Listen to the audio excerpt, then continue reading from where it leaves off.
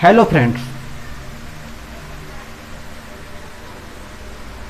Good afternoon. मैं अभिमन्यु कुमार आप सभी का नॉलेज बैंक चैनल में स्वागत करता हूं।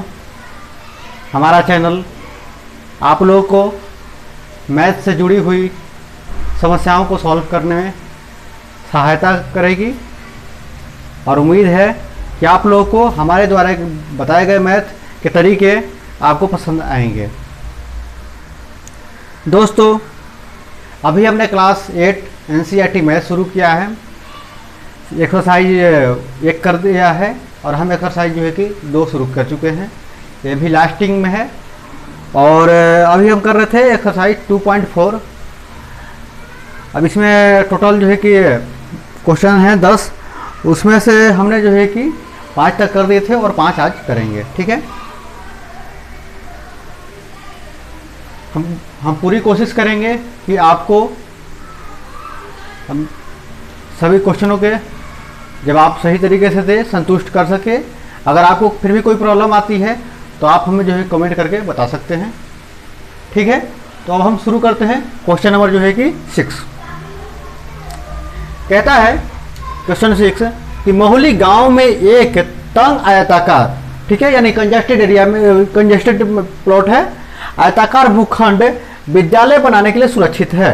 ये एक माना कि एक भूखंड है, ठीक है, आयताकार है, जो कि विद्यालय बनाने के लिए सुरक्षित है। ठीक है,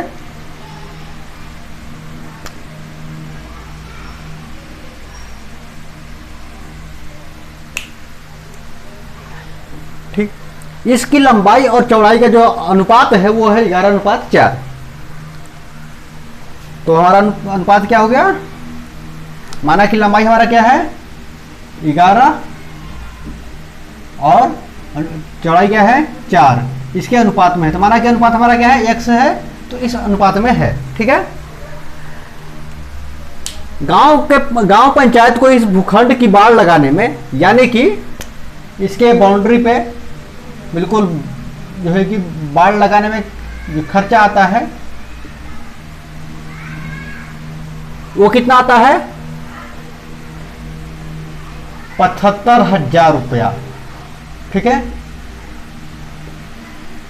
75,000 रुपये की जो है कि इसमें खर्चा आती है। और 1 मीटर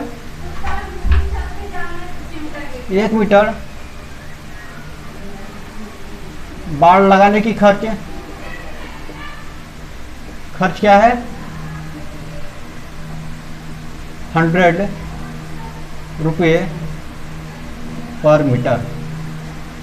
ठीक है, तो हमें क्या ज्ञात करना है कि इसकी लंबाई और चौड़ाई क्या है। ठीक है,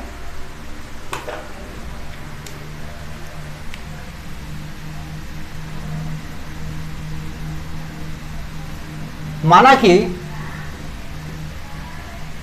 लंबाई और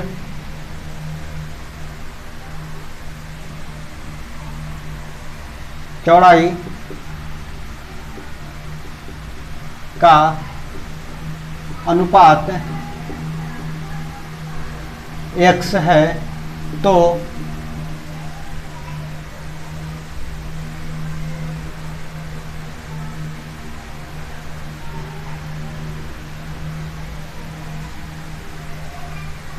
माना कि लंबाई और चौड़ाई का जो है कि मतलब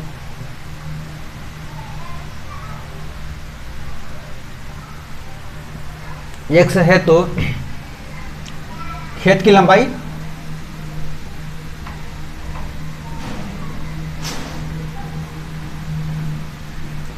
खेत की लंबाई 11x और खेत की चौड़ाई 4x। ठीक है, क्योंकि खेत पर बाड़ लगाने का खर्च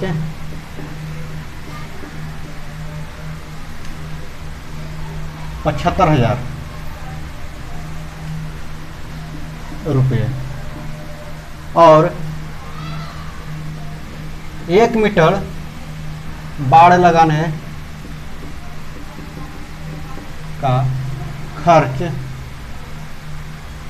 100 रुपये पर मीटर है। इसलिए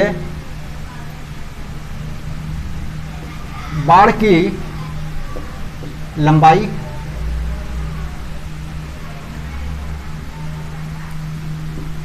75,000 भागा 100। ठीक है, तो हमारा 1 से 1, 2 से 2 यानी कि 750 मीटर हमारा बाड़ लगा। तो ये जो बाड़ लगा वो इसके कॉर्नर पे लगा, चारों तरफ लगा। तो ये हमारा क्या हो गया, परिधि, अर्थात आयत की परिधि परिमाप 750 मीटर। अब क्योंकि आयत का परिमाप इक्वल टू 2 इंटू लंबाई प्लस चौड़ाई।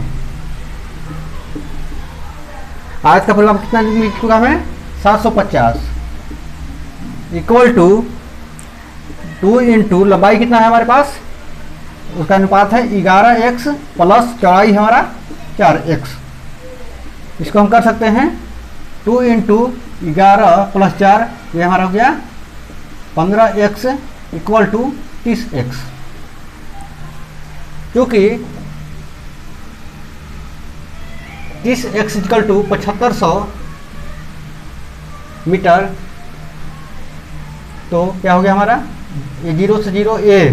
ठीक है, इसलिए x इक्वल टू क्या हो जाएगा हमारा 7500 भागा 30, और ये कट गया हमारा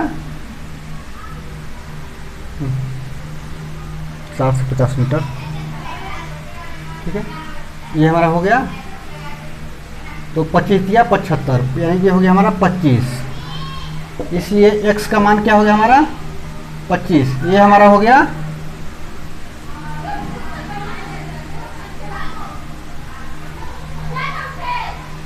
अब आयत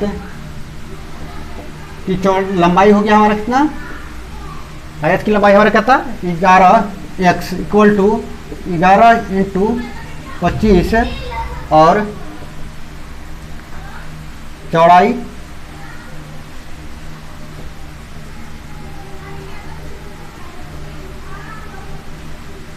ये हमारा 4x, ये हो गया हमारा 4 दहा को 4 इंटू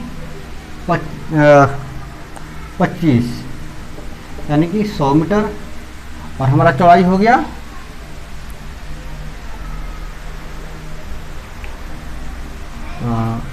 25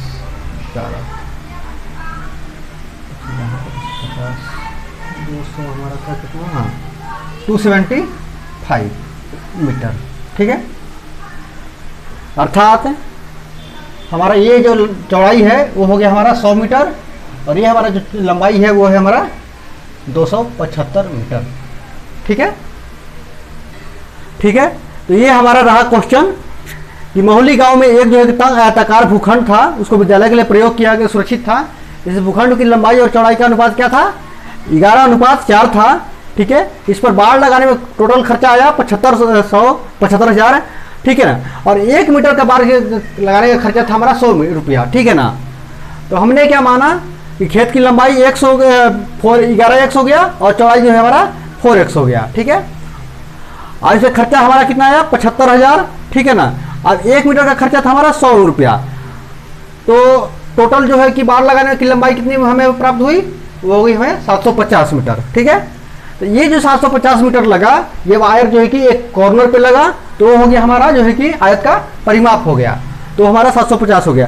क्योंकि हम जानते हैं कि आयत का परिमाप क्या होता है 2 इंटू लंबाई प्लस चौड़ाई, तो 750 हमारा आया था परिमाप, और 2 इंटू बाकी सब कर दिए, तो ये हमारा 30x आया। अब चूंकि 30x इक्वल टू 750 है, तो x का मान हमको कितना मिल गया है, यहाँ से हमको मिल गया 25 मीटर। ठीक है, अब इस 25 मीटर का मान जो है कि लंबाई और चौड़ाई में रख दी तो हमें मिलेगा लंबाई का मान 275 मीटर और चौड़ाई का मान जो है कि हमें 100 मीटर मिलेगा। अब हम देखते हैं क्वेश्चन नंबर 7। ये कहता है कि हसन स्कूल वर्दी बनाने के लिए 2 प्रकार के कपड़े खरीदता है। ठीक है, इसमें जो है कि कमीज के कपड़ा जो है कि 50 रुपये प्रति मीटर खरीदा और पतलून के लिए जो कपड़ा खरीदा वो था हमारा क्या 90 रुपये प्रति मीटर के हिसाब से है। ठीक है, तो कपड़े हमारे हो गए। पहले तो देखते हैं 2 प्रकार के कपड़े हैं, एक है कमीज के लिए और एक है पतलून के लिए। ठीक है,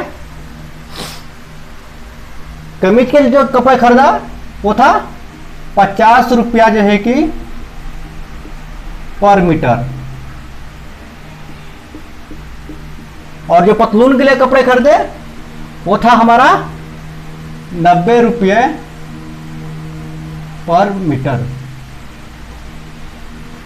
ठीक है, वह कमीज के प्रत्येक 3 मीटर के लिए पतलून का जो है कि वो 2 मीटर खरीदता है।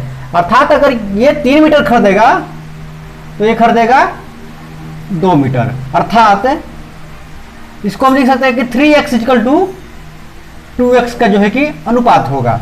ठीक है, 3 अनुपात जो है कि 2x के रूप में खरीदता है। ठीक है, इस तरीके से।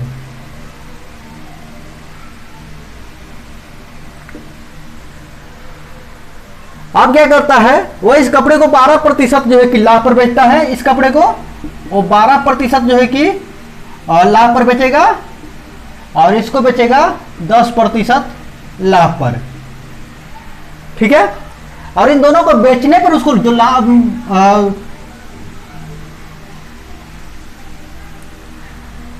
ठीक है ना, इन दोनों को बेचने पर जो उसको प्राप्त होता है रकम कितना होता है 36,600 रुपया प्राप्त होता है। ये होता है हमारा जो है कि बिक्री, यानी कि ठीक है। तो हमको ज्ञात क्या करना है कि टोटल कपड़ा कितना है।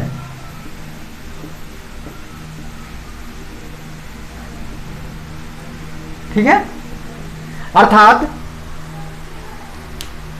हसन जो है कि स्कूल के लिए कमीज और जो है कि पतलून के कपड़े खरीदता है। ठीक है, कमीज का कपड़ा मिलता है 50 रुपये प्रति मीटर और पतलून का कपड़ा मिलता है 90 रुपये प्रति मीटर।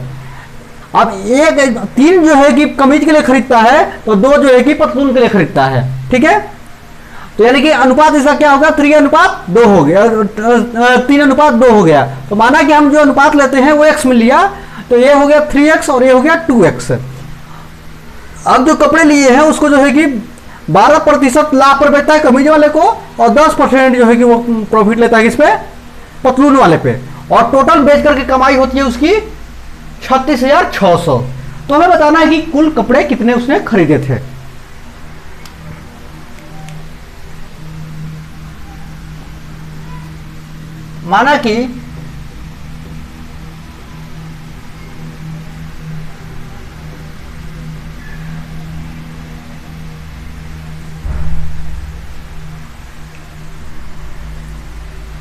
माना कि कपड़ों को हसन ने x अनुपात में खरीदा था। ठीक है,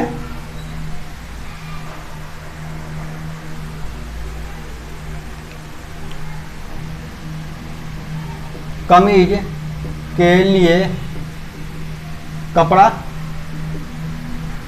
प्रयुक्त कपड़ा कितना हो गया, ये हो गया हमारा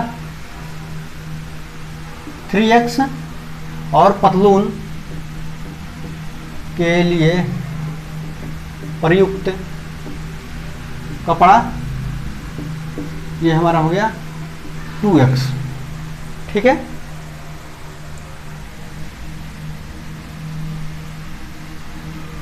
कमीज के कपड़े कमीज के लिए प्रयुक्त कपड़े का मूल्य 3x अर्थात 3 इंटू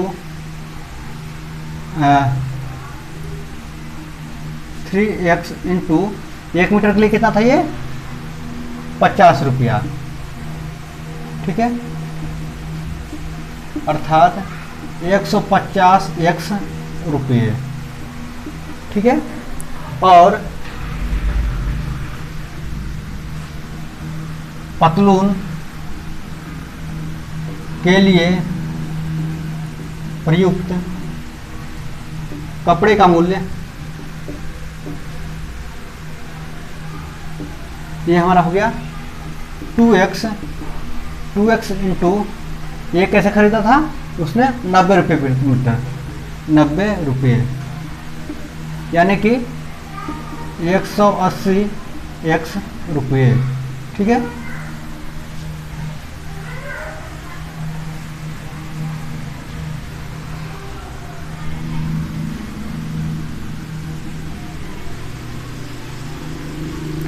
अब क्या हुआ, इतना पे बेचा और इतना पे खरीदा और इतना पे खरीदा। अब क्या हम करते हैं, कमीज का विक्रय मूल्य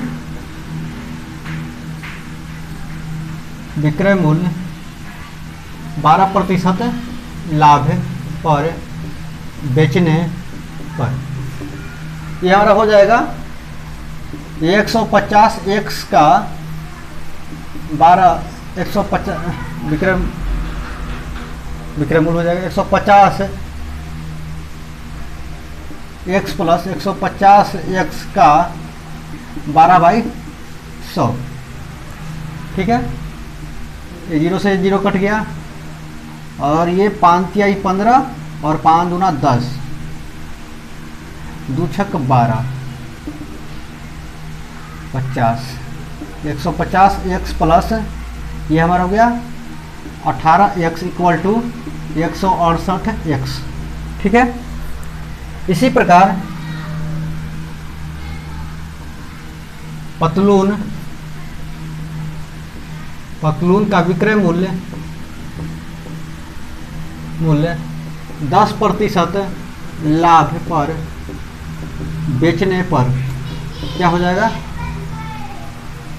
ये हमारा था 180 रुपये का, 180x प्लस 180 का ये हमारा तो 10/100,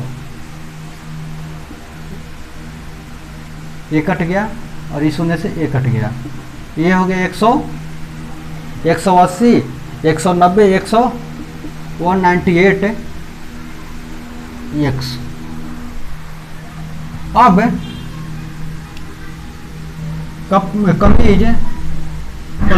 कमीज और पतलून बेचने पर कुल आमद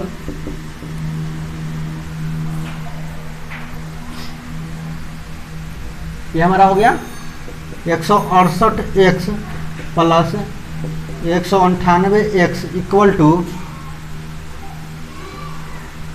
टू हमारा हो गया कितना 36,600।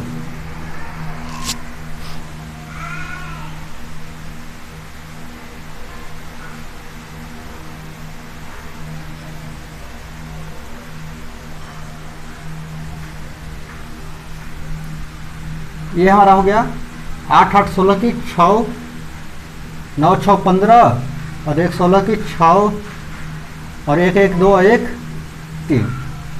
ये हमारा 8 8 16 की 6 से 1 और 9 6 15 1 16 की 6 1 1 2 1 3 x इक्वल टू 36,600। इसलिए x का मान क्या हो गया हमारा 36,600 भागा 366, ठीक है। अगर इससे भाग देंगे ये हो गया हमारा 100, अर्थात ठीक है x का मान हमको इतना आ गया है, अब कमीज के लिए प्रयुक्त कपड़ा का माप,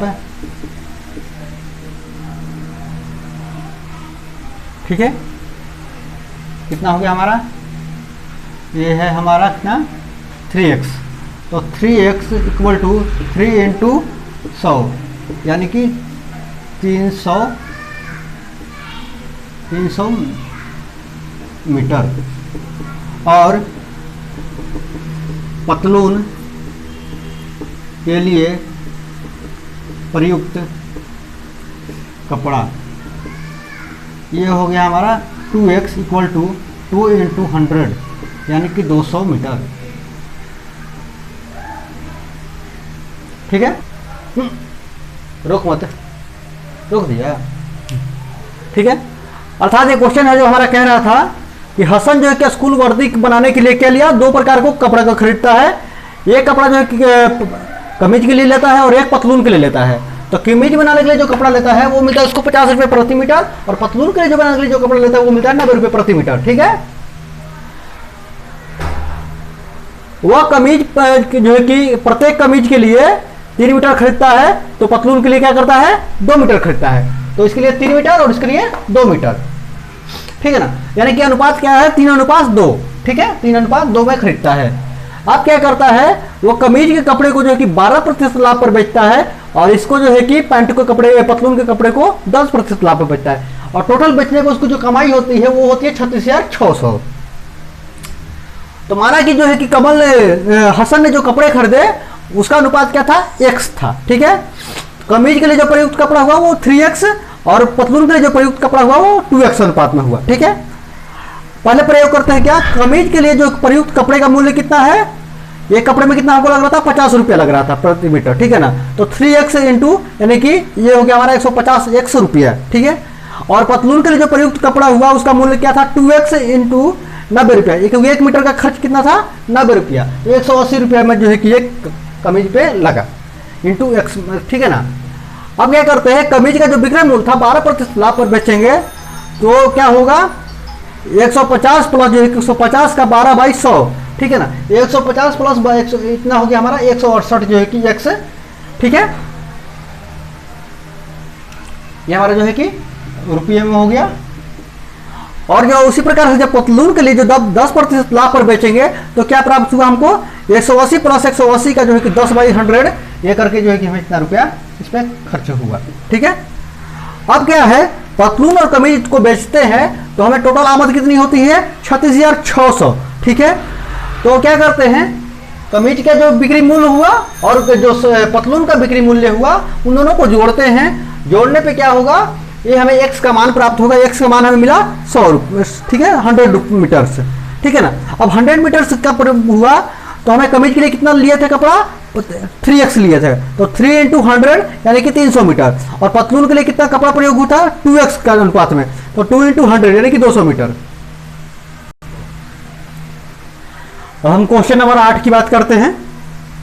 कहता है क्वेश्चन नंबर 8 की हिरणों का जो कि एक झुंड है उसका आधा भाग जो है कि मैदान में जो चल रहा है, ठीक है, जितने हिरन थे उसका आधा भाग जो है कि मैदान में चल रहा है, शेष जो बच गए उसके जो है कि 3/4 क्या है वो खेल कूद रहे हैं, ठीक है, और शेष जो 9 बच गए वो तालाब में जो है कि पानी पी रहे हैं। तो हिरन की संख्या बतानी है।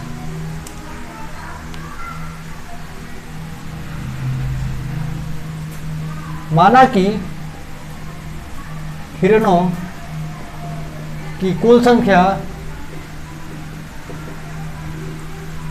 x है। अब प्रश्न से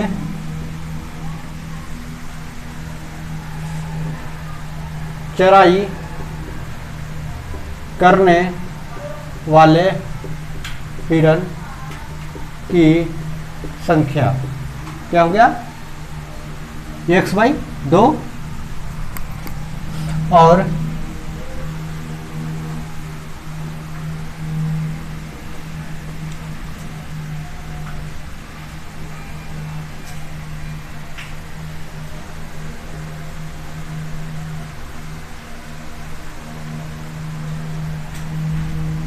खेल कूद करने वाले हिरणों की संख्या x/2 का 3/4 3/4 अर्थात 3x/8।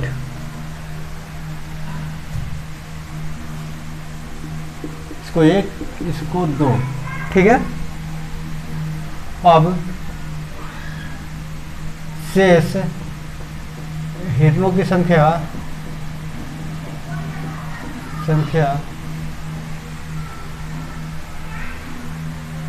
9 हैं जो पानी पी रहे हैं।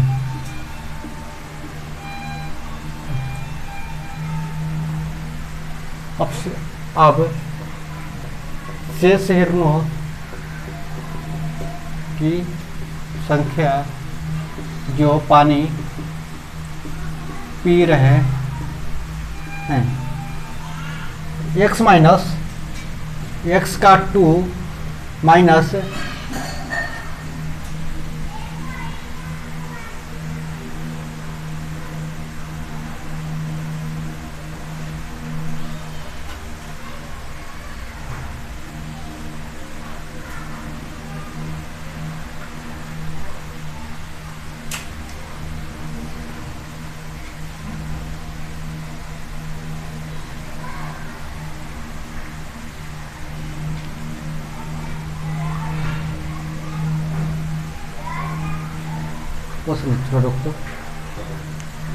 अब शेष जो हिरणों की संख्या है जो पानी पी रहे हैं उनकी क्या हो गया, तो हमारा टोटल x था, x में से समीकरण 1 और 2 से पानी पी रहे थे, क्या चल रहे थे वो x/2 और जो खेल रहे थे वो है 3x/8 और हमें कितनी दी गई है संख्या, वो है हमारी 9। एलसीएम लेते हैं तो 8 एकम 8x, ये हो गया 2 चौका 8 है, और तो ये हो गया हमारा 4x और ये हो गया 3x इक्वल टू 9/1। ये हमारा हो गया x/8 इक्वल टू 9, इसलिए x इक्वल टू 72। अर्थात जो हमारे पानी पी रहे थे हिरन, उसकी टोटल संख्या के हमारे जो टोटल संख्या हो गया हिरणों की वो हो गया 72। तो प्रश्न के हिसाब से क्या कहता है कि एक झुंड में आधा भाग जो है कि चल रहा था, तो आधा भाग हमारा क्या हो गया, चल रहा है x/2, ठीक है। और खेल कूद में कितना है, तो x/2 यानी जो बच गए हैं उसका जो है कि 3/4 हिस्सा यानी 3/4, तो हो गया 3x/8। तो हमारे पास जो टोटल हिरन बच गए जो पानी पी रहे हैं वो कितने हो गए, तो टोटल में से हम घटा देंगे जो घास चल रहे हैं और जो खेल रहे हैं, तो हमारे पास बचेगा टोटल है हमारा जो हुआ 9। इसे करेंगे तो हमें x का मान प्राप्त होगा 72, अर्थात हमारा जो x क्या है, टोटल हिरण की संख्या है, तो ये हमारा हुआ 72। अब हम करते हैं क्वेश्चन नंबर 9। कहता है कि दादाजी की आयु जो है कि उनकी पौत्री जो है यानी कि पोती, उसकी आयु की 10 गुनी है, ठीक है। यदि अभी जो है कि उनकी आयु जो है कि पौत्री की आयु से जो है कि 54 वर्ष अधिक है, तो पौत्री की आयु दोनों का आयु क्या है, यानी कि पुत्री और जो है कि पौत्री और दादा का उम्र क्या है। माना कि पौत्री की आयु 1 वर्ष है, तो दादा की आयु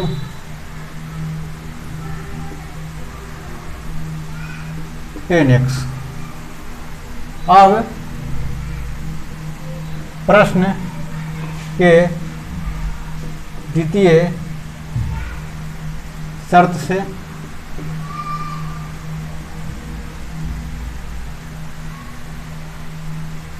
x + 54 इक्वल टू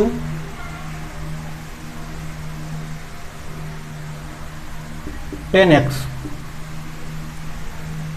ये हो गया हमारा पौत्री का उम्र उसमें अगर हम 54 वर्ष जोड़ेंगे तब हमें जो है कि दादा का उम्र प्राप्त होगा। ठीक है, अर्थात दादाजी जो हैं वो पौत्री से 54 साल बड़े हैं।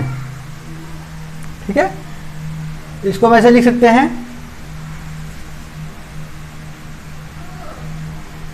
10x minus x equal to 54, इसलिए 9x इक्वल टू 54। चूँकि 9x इक्वल टू 54 इसलिए x इक्वल टू 54/9 अर्थात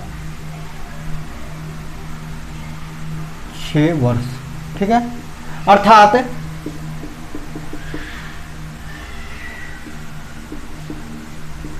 पौत्री की वर्तमान आयु 6 वर्ष है और दादाजी की वर्तमान आयु 60 10x अर्थात 10 इंटू 6 इक्वल टू 60 वर्ष। पूजा ठीक है, तो पौत्री की उम्र क्या थी? x वर्ष। दादा की उम्र क्या थी? 10x यानी 10 गुनी थी। और प्रश्न की द्वितीय शर्त क्या कहता था कि दादाजी जो है कि पौत्री से 54 साल बड़े हैं, तो पौत्री की उम्र प्लस 54 वर्ष इक्वल टू दादा की उम्र। इसको सॉल्व करते हैं तो x का मान हमें 6 वर्ष मिलता है, अर्थात पौत्री का उम्र 6 वर्ष हो गया। तो दादाजी का क्या है? 10 गुना बड़े हैं दादाजी पुत्री से। ठीक है, तो उनका हो गया 10 गुने 6 यानी कि 60 वर्ष। क्वेश्चन नंबर 10 है, इस चैप्टर का लास्ट क्वेश्चन है। क्वेश्चन कहता है कि अमन की आयु उसके पुत्र की आयु की तिगुनी है, अर्थात जितना अमन का आयु है वो जो है कि तिगुना है किसका? अपने पुत्र की आयु की। 10 वर्ष पहले उसकी आयु जो है कि पुत्र की आयु की 5 गुनी थी, तो वर्तमान आयु ज्ञात करना है। माना कि सॉल्यूशन, माना कि पुत्र की आयु x वर्ष है, तो प्रश्न के शर्तानुसार प्रथम शर्तानुसार अमन की आयु ये हमारा 3x। अब प्रश्न के अनुसार 10 वर्ष पश्चात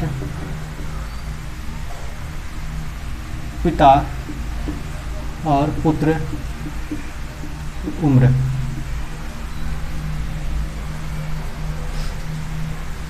दस वर्ष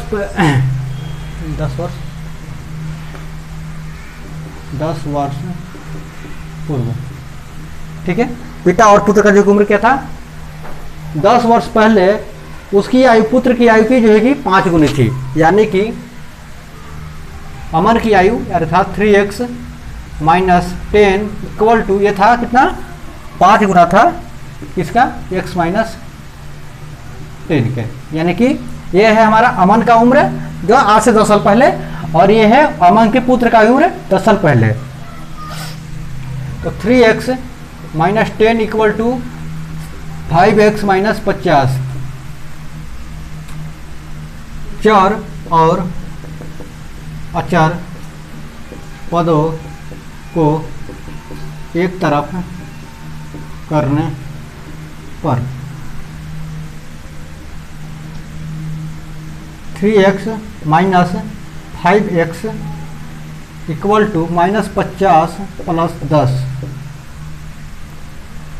minus 2x equal to minus 40, minus से माइनस कैंसिल दोनों side, x equal to 40/2 equal to 20 वर्ष।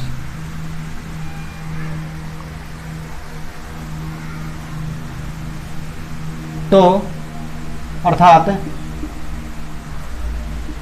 अमन की उम्र वर्तमान 20 वर्ष तथा अमन अर्थात पुत्र की वर्तमान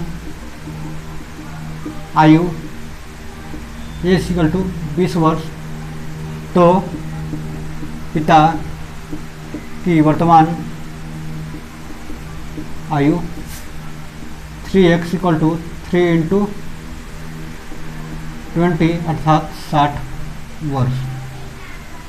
ठीक है, तो प्रश्न क्या कहा मांगा था, अमन की आयु जो है कि पुत्र की आयु की तिगुनी है। तो माना कि अमन के जो कि पुत्र की उम्र क्या है, x वर्ष है, तो प्रश्न के हिसाब से अमन की आयु क्या हो गया, तिगुनी हो गई, 3x हो गया। अब दूसरा शर्त करता है कि 10 वर्ष पहले जो है कि अनु की उम्र जो है कि पुत्र की आयु की 5 गुनी थी, तो 10 वर्ष पूर्व यानी कि 3x माइनस 10, ये जो हो गया हमारा अमन का उम्र, और ये हो गया हमारा x माइनस 10 पुत्र का उम्र। तो अमन का जो उम्र हुआ वो 5 गुना है किससे, अमन के पुत्र की उम्र से। इसको सॉल्व करेंगे तो हमारा x का मान क्या आ गया, x का मान हमारा 20 वर्ष। 20 वर्ष किसका हो गया, x का मान पुत्र की उम्र हो गई, और पिता की उम्र तिगुनी थी अर्थात 3 इंटू एक्स यानी तिगुनी 60। तो आज हमारा एक्सरसाइज 2.4 आज कंप्लीट होता है, और अब हम काफ़ी हद तक कोशिश किए हैं कि आप लोगों की जो प्रॉब्लम आ सकती थी उन सबको सॉल्व आउट किया है, और काफ़ी हद तक इजी वे में समझाने की कोशिश किया है। इस टाइप से एज पे रिलेटेड और इस तरीके के जो क्वेश्चन थे, ठीक है ना। हम उम्मीद करते हैं आप लोग को हमारा वीडियो अच्छा लगा होगा।